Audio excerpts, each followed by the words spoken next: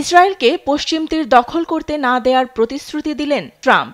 জাতিসংঘ সাধারণ পরিষদের অধিবেশন চলাকালীন মুসলিম আরব নেতাদের সঙ্গে সাইডলাইন বৈঠকে একথা বলেন মার্কিন প্রেসিডেন্ট। যুক্তরাষ্ট্রের স্থানীয় সময় মঙ্গলবার ৮ দেশের নেতাদের সঙ্গে বৈঠকে বসেন ট্রাম্প। বৈঠকে কাতার, জর্ডান, তুরস্ক, পাকিস্তান, ইন্দোনেশিয়া, মিশর সহ আরব আমিরাত ও সৌদি আরবের শীর্ষ নেতারা অংশ নেন। মার্কিন প্রভাবশালী সংবাদ মাধ্যম দ্য পলিটিকো বুধবার তাদের প্রতিবেদনে ওই বৈঠকের আলোচনা বিস্তারিত তুলে ধরেছে। বৈঠকে গাজায় যুদ্ধবন্ধের পরিকল্পনা উপস্থাপন করেন ট্রাম্প।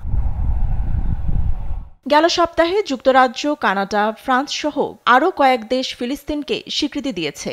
এরপরই পশ্চিম তীর পুরোপুরি দখলের হুমকি দেয় ইসরায়েল। ঠিক এ সময় মুসলিম নেতাদের সঙ্গে বৈঠকে ট্রাম্পের প্রস্তাবিত পরিকল্পনায় গাজায় যুদ্ধবিরতি, জিম্মি মুক্তি ও হামাসবিহীন নতুন শাসন ব্যবস্থার রূপরেখা তুলে ধরা হয়। ট্রাম্পের প্রস্তাব ইতিবাচকভাবে গ্রহণ করেন এরদোয়ান সহ আরও অনেকে। এ নিয়ে বুধবার ট্রাম্পের মধ্যপ্রাচ্য বিষয়ক বিশেষ দূত স্টিভ উইটকফও প্রস্তাবের বিস্তারিত তথ্য তুলে ধরেছেন। বলেন, গাজায় শান্তি প্রতিষ্ঠায় ২১ দফা পরিকল্পনা তুলে ধরেন ট্রাম্প, যা ইসরায়েল ও মধ্যপ্রাচ্যে উদ্বেগের অবসান ঘটাবে।